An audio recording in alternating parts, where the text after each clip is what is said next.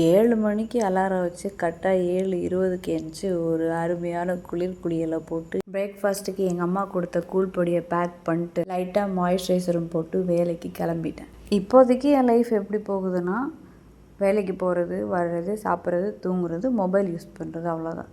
இதை தாண்டி எக்ஸ்ட்ராவாக எதுவுமே பண்ணல. ஸோ ஒரு 30 days சேலஞ்சு, அதாவது நியூ திங்ஸ் சேலஞ்சு. அதில் ரொம்ப ரொம்ப முக்கியமான சேலஞ்சு கடையில் சாப்பிடவே கூடாது, வீட்லேயே சமைச்சு சாப்பிட்ணும். மீதி சேலஞ்செலாம் நாளைக்கு சொல்கிறேன். அப்புறம் சொன்ன மாதிரி நார்மலாக இல்லாமல் டெய்லி புதுசாக ஏதாவது ஒன்று பண்ணணும். ஏன் அந்த மாதிரி சொல்கிறேன்னா, சின்ன வயசில் நிறைய விஷயங்கள் பண்ணணும்னு ஆசைப்பட்டு பண்ண முடியாமல் போயிருக்கும். அதுக்கு 2 காரணம் இருக்கும். ஒரு சிலருக்கு பேரண்ட்ஸ் அலோவ் பண்ணியிருக்க மாட்டாங்க, இன்னும் ஒரு சிலருக்கு ஃபினான்ஷியல். நீ வானத்தில் எவ்வளோ தூரம் வேணுனாலும் பறக்கலாங்கிற ரெக்கை எங்களுக்கு இருந்துச்சு, எங்களுக்கு ஃபினான்ஷியலுங்கிற ரெக்கை இருந்ததில்லை. எது பண்ண முடியாதுன்னு நினச்சனோ, சின்ன வயசுலேயே விட்டு போயிடுச்சுன்னு நினச்சனோ, அதெல்லாம் பண்ண முடியுங்கிற நம்பிக்கை வந்து ஒரு சில பீப்புள்கிட்ட இருந்து எனக்கு கிடச்சிச்சு. எல்லாமே சொல்கிறேன், ஓகேவா?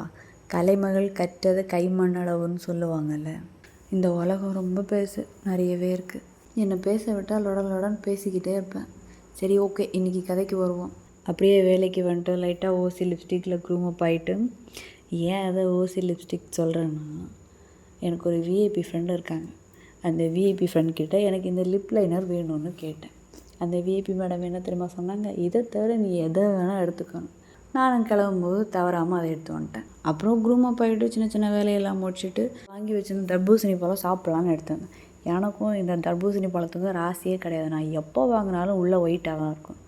கடையில் சொல்லிட்டு தான் வந்தேன், இது மட்டும் ஒயிட்டாக இருந்துச்சுன்னா நான் திருப்பி அப்படியே கொண்டு வந்துடுவேன். அதே மாதிரி கட் பண்ண உள்ள ஒயிட்டாக இருந்துச்சு, திருப்பி கொண்டும் போனேன். ஆனால் கடையில் அவர் கட் பண்ணி வச்சுருக்க பழம் மட்டும் எப்போவும் சிவப்பாகவே இருக்குது. என்ன காரணம் தான் தெரில. அப்புறம் அங்கேயே கட் பண்ணி பார்த்து வாங்கிட்டு வந்துட்டேன். அப்புறம் லஞ்ச் சாப்பிட்டு சில்லற வேலையாக ரூம் போக வேண்டியிருந்துச்சு.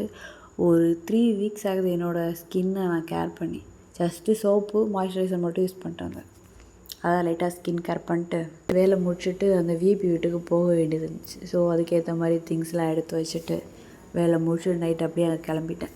அப்புறம் போனதும் பதுக்கி வச்சுருந்தேன் என்னோடய திங்ஸ்லாம் எடுத்து பேக் பண்ணி வச்சுட்டு சோறை சாப்பிட்டு சுடக்கோ ப்ளே பண்ணிட்டு ஜாலியாக பேசிட்டு அங்கேயே மட்டாயிட்டேன். அப்புறம் இவர் தான் ஒய்டி, விஐபி ஃப்ரெண்டோட ஃப்ரெண்டு. அப்புறம் இவங்க தான் விஐபி மேடம். இல்லை, அது வந்து அதிர்ச்சி படுங்க அப்படின்னு சொல்லும் போது அந்த அக்கா ஒரே ஆக்ஷன் தான் கொடுக்கும்.